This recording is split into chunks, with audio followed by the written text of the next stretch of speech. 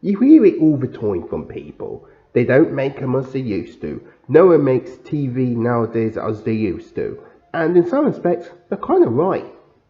In the grand history of entertainment, we've both pushed the boundaries of what could be done when it comes to the entertainment world. Some of these are so revolutionary that many would argue would never see these again.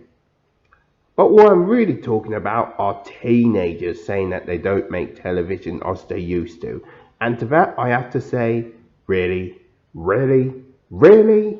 People forget that there was a dark time when we just expected TV to just suck. We were going to get something that was really stupid and most likely we were not going to enjoy. Instead of having shows like, say, The Loud House, Star vs. the Forces of Evil, Andy Mack, and occasionally a Teen Titans Go, for a while every show we got was Teen Titans Go. That's right, good TV shows were an exception. They rarely happen. And yeah, there were some shows that were just underwhelming. Not the worst, but didn't make much of an impression on people. But hey, that still counts as not a good show. I remember this dark case very well. I can pinpoint the exact years it happened. 2009 to 2012. Now I'm talking about children's television. Critically acclaimed shows for adults came out during that time, and yes, there are a long list of bad children's television back then and even now. But honest to God, there was just a period where TV was just down the gutter. Now to understand why this is, it's best to look at the shows that came prior and after. Now before 2009, some changes were happening in children's television, and one of the biggest things being Hannah Montana. Now before Hannah Montana came out, there rarely was any show that focused on a singer/superstar and focused on the law of music. So something like Hannah Montana was kind of revolutionary at the time and something that people don't give enough credit to. Granted, the show wasn't great, but it wasn't that annoying or cringy compared to the Disney Channel shows later on. It was okay, but nonetheless, Hannah Montana was a huge success for Disney and having a 5-year run on the channel. But like anything that becomes popular, you're bound to get a ton of copycats. And because of that, it led to both Disney and Nickelodeon focusing less on cartoons and more on live action shows, leading us to a bunch of forgettable cash grabs like Jonah's LA, Big Time Rush, Victoria, Shake It Up, How to Rock. And guess what? All of them focused on nil to no story, had the most cookie cutter stereotypes, and the star of the show was always the music. And let's be honest, the music was pretty forgettable, and at times downright cringy. They really were pandering so hard to the demographic. And when it comes to the other live action shows the channels had at the time, most of them were not good at all, and a complete downgrade from the shows that came before. Everyone remembers all that, Keenan and Kel, the Amanda Show, the famous Jet Jackson, Lizzie McGuire, That's a Raven, Drake and Josh, Ned's Classified School Survival Guy, Zack and Cody, Zoe 101, and then there's someone who remembers The Troop, Zeke and Luther, Sonny with a Chance, its crappy spin-off So Random, Bucket and Skinner, Jesse, Ant Farm, Austin and Ally, and Fred the Show. I forgot to mention that this was at the time when Nickelodeon exploited the popularity of Fred by giving him 3 awful movies, a TV show, and now an even worse spin-off. Also, let me just say this.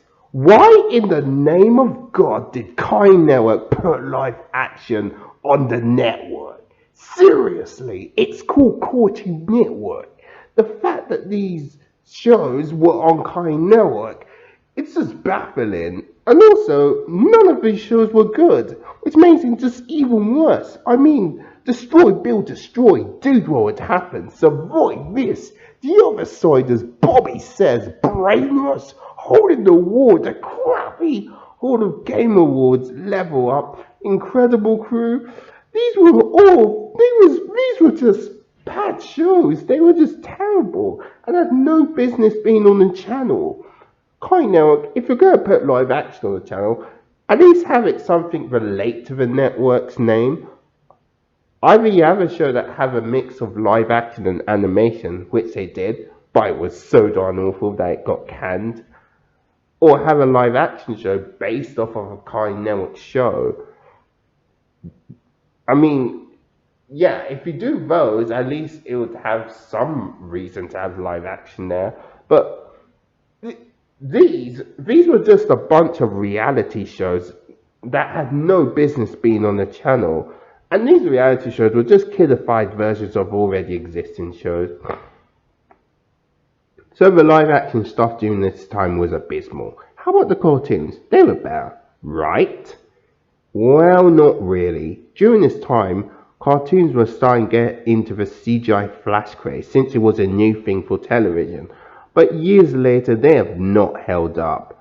And with little to no story and unconvincing animation, there's really no reason to go back to these shows without giggling about how dated they are. Also, there was an emphasis to tone down the everyman protagonist into a wacky, crazy character, or characters. Nothing wrong with that, except that the characters were just a bunch of they were so annoying, and they shout out a bunch of lame, cringy jokes. The shows relied on a lot of mean-spiritedness. This led us to a bunch of crap like Fanboy and Chum Chum, Kick Buttowski, post-season 3 Johnny Test, Hero 108, Mad, Fish Hooks, SpongeBob season 6 to 8, Planet Sheen, Tough Puppy, The Twisted Whiskers Show, Problem Solvers, Secret Man 4 Awesome, The Annoying Orange, and so much more. Remember Regular Show? It was a good show! It was funny, creative, and had likable characters. But when that show came out, everyone was claiming it as the second coming. It was like, holy god, the kids of it can be funny and relatable? What the heck? Now don't get me wrong, it's a good show, but back then, good meant amazing. Anything that was good, creative, and new was considered the holy grail. And yeah, once in a while you can get a good show, like Adventure Time, Regular Show, The Amazing World of Gumball, and Phineas and Ferb, but they were pretty far and few between.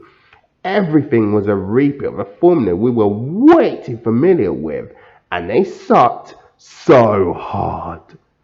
So you might be wondering, what changed to make television get back on track? Well, one was the internet. Whereas before, you were getting feedback from focus groups and critics who do offer good criticism, but many would argue don't always represent the everyman.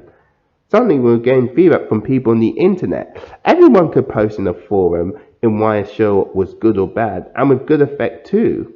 And because of this, networks decided to take notice and did something different, the opposite. Shows like Gravity Falls and Steven Universe offered new ideas that weren't in kids shows prior. Shows like Star vs. the Forces of Evil and Wonder Over Yonder started out as wacky shows, but later delved deeper into their characters and had a bigger emphasis on continuity, whilst keeping them light-hearted and wacky. Shows like Andy Mack of Raven's Home showed that not all live-action shows on Disney suck. Granted, things aren't perfect now, but I'll give you something. I'm glad we're getting this compared to this. And that's all there is. There isn't any more. Goodbye.